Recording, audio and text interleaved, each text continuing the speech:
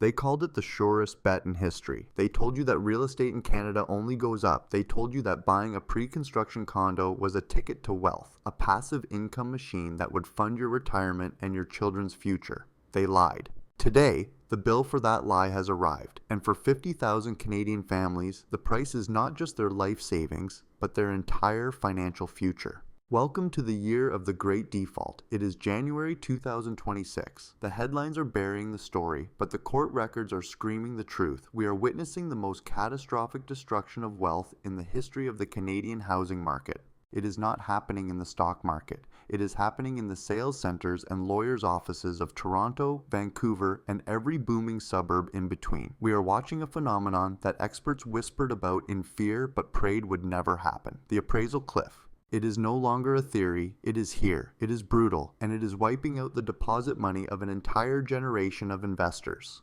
This is Canada Property Watch. We are the only channel telling you the ugly truth about this market. While others tell you to date the rate, we are telling you to run for the exits. Today, we are breaking down the mechanics of this disaster, the legal nightmare that is unfolding, and why walking away from your deposit might actually be the best case scenario, if you are lucky enough to get away that easily. Let's start with the cold, hard math. The numbers do not care about your feelings. They do not care about your dreams. 3 to 4 years ago, between 2021 and 2023, tens of thousands of Canadians signed contracts to buy pre-construction condos. The hysteria was at its peak. Interest rates were near zero. Fear of missing out, or FOMO, was the driving force of the economy. You saw units selling for $1,400, maybe $1,500 per square foot in the Greater Toronto area.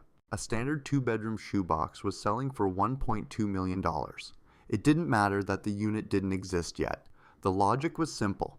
By the time the building is finished in 2026, that unit will be worth $1.5 million. You put down your 20% deposit, that's $240,000, and you waited for the check to arrive. But the world changed. The Bank of Canada broke the market. Today, in January 2026, that building is finally finished. The developer is calling for final closing. But here's the problem. That unit is not worth $1.5 million. It's not even worth $1.2 million. Based on current comparables, with inventory sitting at record highs and sales volume at record lows, that unit is now appraising for $800,000. This is the appraisal cliff, and this is where the trap snaps shut.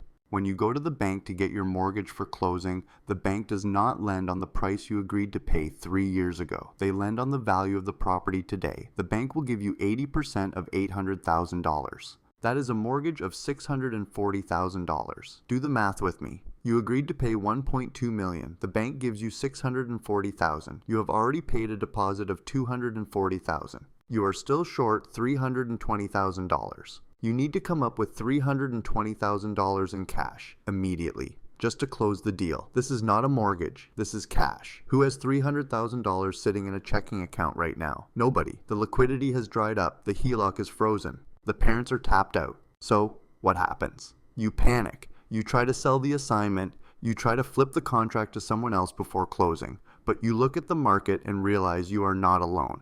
There are thousands of assignment listings flooding Kijiji, Facebook Marketplace, and Realtor.ca. Everyone is trying to exit. Panic sellers are undercutting each other by $50,000, $100,000. But there are no buyers. Why would an investor buy your assignment for $1.2 million when they can buy a finished unit down the street for $800,000? The assignment market is dead. It is a graveyard of broken dreams. This brings us to the moment of impact, the day you realize you cannot close. You call your lawyer, shaking, and you ask the question, can I just walk away? Can I just let them keep the deposit and walk away? This is the most dangerous misconception in Canadian real estate. People think a deposit is like an option fee, the maximum you can lose. That is false. That is a lie that real estate agents let you believe. In Canada, when you sign a purchase and sale agreement, it is a binding contract. If you fail to close, you are in breach of contract. The developer doesn't just keep your $240,000 deposit. They have the right to sue you for the damages. Here is the nightmare scenario that is playing out in courtrooms right now. You walk away. The developer keeps your deposit. Then, the developer resells that unit to someone else for the current market price of $800,000. They sold it to you for $1.2 million. They resold it for $800,000.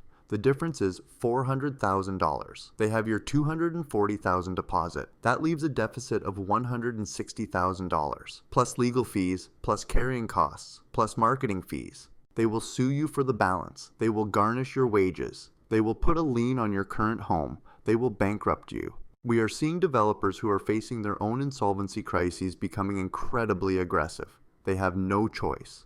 Their construction loans are due. If they don't collect from you, they go bust. So they are unleashing armies of lawyers to hunt down every single buyer who defaults. This is not a soft landing. This is a financial slaughterhouse. Let's look at the human face of this tragedy. We have spoken to a young couple. Let's call them Michael and Jennifer. In 2022, they were terrified they would never own a home. Their realtor told them pre-construction was the only way to get into the market. They scraped together every penny borrowed from their parents and put down $150,000 on a one-bedroom plus den in a suburb of Vancouver. They thought they had made it. They celebrated. Last week, they received their appraisal. The unit came in $200,000 under the purchase price. Their mortgage broker, who promised them approval 3 years ago, has stopped answering their calls. The lender said their debt-to-income ratio is too high because interest rates are still hovering around 4%, not the 1.5% they budgeted for. Michael and Jennifer don't have the extra cash. They are going to lose their $150,000 deposit, money that took them a decade to save. But worse, the developer has already sent a legal letter warning that they will pursue full damages. Michael told us, "We aren't just losing our home, we are losing our lives. We will be paying for this mistake until we are 50. This is happening to 50,000 people. Doctors, engineers, truck drivers, teachers. People who thought they were doing the right thing. But we have to look deeper. Who set this trap? Who is the culprit? It is easy to blame the greedy developer or the naive buyer, but the real architects of this disaster are sitting in the offices of the Bank of Canada and the CMHC. The government created a moral hazard. For 15 years, they signaled that housing was a risk-free asset. They encouraged speculation. They allowed developers to launch projects that made no economic sense unless prices rose by 10% every year forever. They allowed foreign capital to wash through our cities. They printed money during the pandemic, creating the inflationary spike that drove prices to these insane levels. And then, Tiff Macklem and the Bank of Canada pulled the rug. They hiked rates at the fastest pace in history, knowing full well it would shatter the valuation of these assets. They knew that pre-construction buyers were ticking time bombs. They didn't care. They needed to crush inflation, and if your life savings had to be incinerated to do it, that was a sacrifice they were willing to make. Now, the banks, the big six, are circling the wagons. Notice how they are tightening lending standards right when people need flexibility the most? They are protecting their balance sheets. They see the toxicity of these condo assets. They know the buildings are full of investors who can't close. They are blacklisting entire buildings. If you bought in a building that has a high percentage of investors, the bank might refuse to lend to you entirely, regardless of your credit score. They don't want the exposure. You are trapped in a building that has been red flagged. What does this mean for the rest of the market? Why should you care if you didn't buy a pre-con? Because this is a contagion event. When you have suddenly, and let's warrant you are living in a zombie tower. The media, so what is the conclusion? What is the warning? If you are one of the people caught in this trap, facing a closing in 2026 with an appraisal gap, you need legal advice immediately. Not from the lawyer who helped you sign the deal. They just want the transaction to close. You need a litigation lawyer. You need to understand your exposure.